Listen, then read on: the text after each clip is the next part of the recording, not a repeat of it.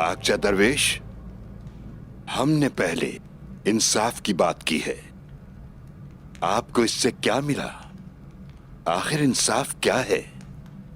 मेरे शेख, किसी को बेघर होने से बचाना यही इंसाफ है।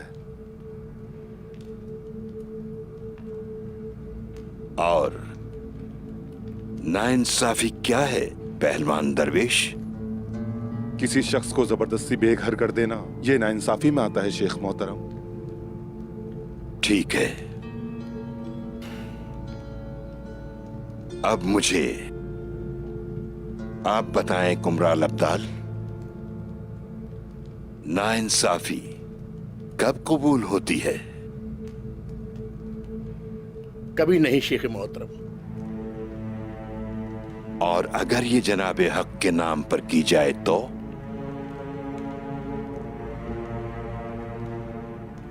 अल्लाह के 99 नामों में से एक नाम मुनसिफ भी है। क्या कोई जनाब हक के लिए नाइंसाफी कर सकता है? बिल्कुल नहीं कर सकता।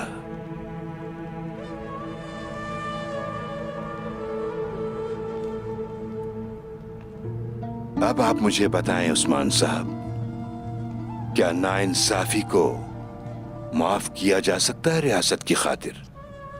रियासत इंसाफ की फराहमी के लिए होती है मोहतरम शेख। इंसाफ ऐसी चीज है कि रियासत की खातिर भी समझौता नहीं किया जाता। क्या कोई सिपाही नाइंसाफी का मुर्तकिब हो सकता है अपने किसी भी सरदार की खातिर? बौरान सिपाही वो नहीं हो सकता, उसे नहीं करना चाहिए। यहां तक कि अगर किसी गैर मुस्लिम से नाइंसाफी की गई हो,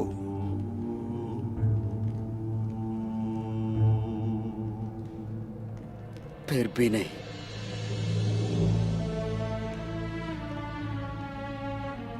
माशाअल्लाह, माशाअल्लाह।